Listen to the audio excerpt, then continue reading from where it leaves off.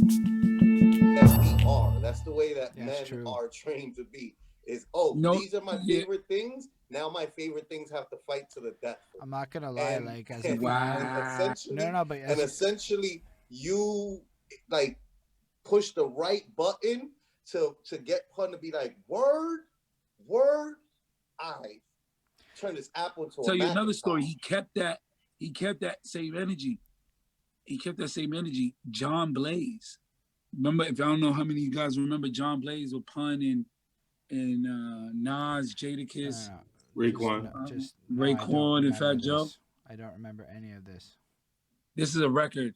Fat Joe's album is called John Blaze, and it has Nas and Pun Don on it. Cartagena is the Fat Joe album, and it's John Blaze. Okay. And John and Nas wrote his verse, sent it in, heard the rest of the song, heard Pun's verse, and decided to change his verse. Said, "Nah, don't put that out yet. Let me redo it." And that was Pun's championship ring.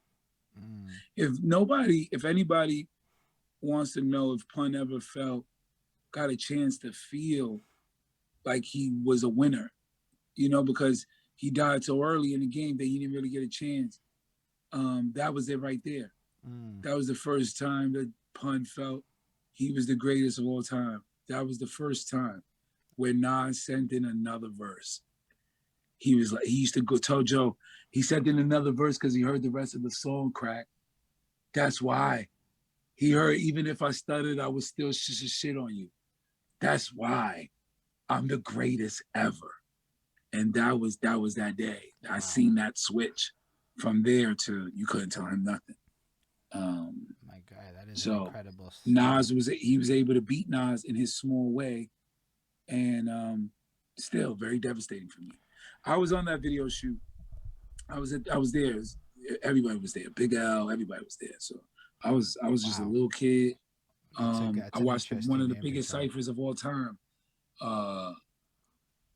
Big L, Drag, Kiss, Styles, Joe, Pun, Cuban, Big Daddy Kane, G-Rap, Nas, Nori, they all were ciphering. It was Joe's birthday, and Joe asked for it, and everybody spit. And if you were there, you were there. I saw the whole thing. I was, Pun had a blue fatigue suit on. I used to drive the 600 Benz. I was only 15. I used to drive his Benz. Yeah, it was an exciting time. You drove his Benz. Yeah. I used to park it across. I remember the first time I drove it. I was asking to ride the scooter, and I was like, "Yo, let me ride the scooter just around the block, my nigga."